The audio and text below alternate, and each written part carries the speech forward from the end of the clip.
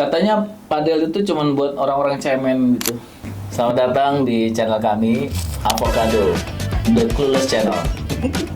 Nama saya Sen. Bukan V. Nama saya Sen V. Praktisi dan pengamat arsitektur di Jakarta. Nama saya Sugi, pekerjaannya sama juga dengan Sen V. Gi, kan kita udah ngomong soal lapangan padel tuh ya. Ya. Lu desain padel kan? Ya. Itu memenuhi persyaratan nggak, Gi? Iyalah. Memenuhi dong. Tahu nggak persyaratannya apa aja? Oke, gini di lapangan padel jelas 10 kali 20 ya. Ya. Kalau soal panoramik, semi panoramik itu urusan lu kan, soal desain, bukan persyaratan. Soal yang jualan lah. Gua Iya, pilih doang. Iya. Tapi jarak antaranya harus bisa sirkulasi ya, nggak boleh buntu. Harus, nggak boleh buntu. Iya buntu. Jarak antara lapangan dengan lapangan harus 4 meter Gi. Debatable. Begitu menurut peraturan internasional. Itu kan kalau internasional. Kalau lu mau Kita kan lokal. memasukkan turnamen internasional harus begitu persyaratannya dari Federasi Padel Internasional. Ya, tapi kan Iya. kita bisa bikin turnamen lokal aja kan. Berarti nggak internasional ya. Silakan Nggak, aja. lapangannya internasional. Kan main di dalam bukan main di luar. Jaraknya begitu sesuai dengan menurut mereka ya. Anyway, Oh iya yang iya. kedua Tapi kan yang penting bisa lewat lah, cukup lebar buat orang nunggu, duduk menunggu gear dan sebagainya. Iya. Pada prakteknya ya gitu. iya. Terus ada area evakuasi sama P3K ya. Kalau orang kena serangan jantung itu di lapangan olahraga, Ada. napas buatan lah pasti lu. Nggak bisa. Tabung oksigen. Mesti ada. Ada. Tabung gas juga ada. Maksudnya buat masak karena ada kafe. Karena di bawahnya ada F&B. Oke. Kalau tempat gua ya. Boleh kalau juga, yang- iya. yang bisa. Tapi itu nggak masuk persyaratan. Nggak masuk. Oke. Yang paling masalah di Jakarta kan soal parkir tuh. Ya. Tahu nggak berapa rasionya? Jadi dari luas KLB-nya harus dibagi 60 Gi.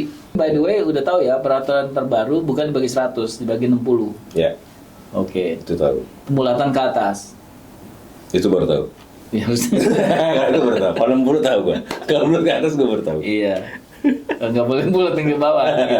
Yang lain sih soal sirkulasi sama traffic ya. Sama izin warga karena gini loh. Gue kemarin ada orang di bilangan Pondok Indah ya, di daerah perumahan. Mereka tuh rame-rame lagi mau bikin sebuah surat Oh, gua denger kepada tuh. Iya tuh. iya bahwa di komplek bukan komplek ya daerah pemukiman orang-orang Pondok Indah itu keberatan karena gemuk semua keberatan gemuk semua karena ada lapangan padel yang Garing. Iya. karena mereka Keringet merasa juga terganggu, orang. terganggu karena banyak bunyi pak pok dan suara ingar-bingar di tengah damainya rumah yang udah kondusif gitu. Bahkan ada satu, gue lupa daerah mana ya, gue baca di koran juga. Rame-rame warga itu protes. Kalau satu-satunya area terbuka di pemukiman situ tuh mau dijadiin lapangan padel berbayar. Gue lupa tuh, gue baca di Kompas waktu itu. Tapi pemukiman ya, Pemukiman. Jadi saking mewabahnya demam padel ini, tuh ya itulah sampai segitunya lah nyari duit gitu maksud gue.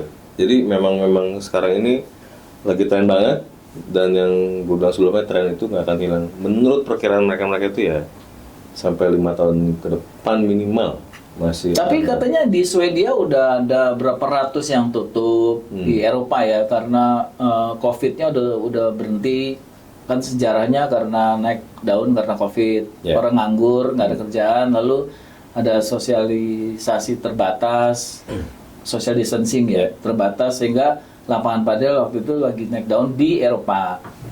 Terus baru datang ke sini kan baru aja 2023 kali ya. 3-4 tahun lalu. Iya, jadi baru mulai gitu. Ya di tempat gue juga sih ada, yang malah jelas-jelasan itu kayaknya di luar GSB dah itu. Hanggar besar gitu dengan 2, di bawahnya parkir, di atasnya udah pasti lah itu lapangan padel. Ada 2 loh, kalau pulang ke rumah tuh. Turun, Di ya? Eropa udah mulai turun, karena mereka mulai balik lagi ke aktivitas normal ya. Terus balik lagi ke seluruh ya, Jadi yang disebut new normal jadi udah lewat gitu, nggak lagi new normal, malah balik to used to be normal. Ya, mungkin gua rasa gara-gara ini kali ya kebiasaan orang-orangnya juga ya sama apa lifestyle mereka kan gua rasa berbeda ya.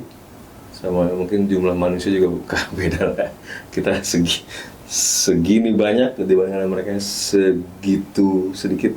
Sama lifestyle lah. Kalau misalnya mungkin buat mereka padahal bukan sesuatu yang baru dan kalau di sana kan juga nggak terlalu mau wabah seperti ini kan. Bukan wabah lah, kayak penyakit sana. Tidak rame seperti sekarang gitu, nggak ngetop seperti Hype. ini, nggak hype ya. Kalau di sini kan mungkin yang itu tadi apa gampang diakses, gampang dicari dan mudah dilakukan dan orang-orang terutama kota di Jakarta ini yang saking padat dengan ritme yang cepat juga perlu sesuatu yang apa yang cepat gitu.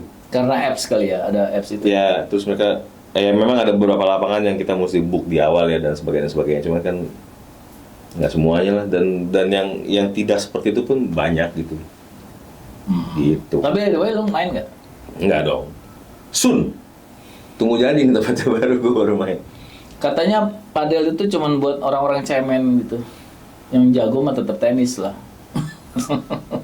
Gitu ya. Orang tenis nggak mau datang ke padel. Masa sih? Katanya. Sombong sekali ya. Gua nggak main tenis. Gue juga nggak main tenis. Gua juga nggak main padel. Gue main tenis meja. Jadi mainnya bisa sampai jongkok-jongkok tuh. Oh gitu. Berarti bisa lah ya semua orang yang katanya gampang kan Apanya? main padel. Kalau ngeliat di video mah gampang ya, cuman begitu-begitu aja.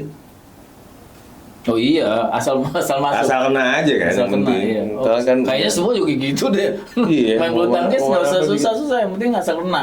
iya kan Di smash juga bisa asal kena. bisa. Iya, iya. Kan yang penting ngelewatin itu aja kan netnya doang kan. Kan tar dulu tujuannya kan olahraga nih. Nggak harus menang kan, nggak harus turnamen. Asal masuk kali ya. Diapain pokoknya asal masuk. Ya pokoknya asal lewat lah gitu. Kalau dilatih aja boleh gitu lewat sendiri juga bisa.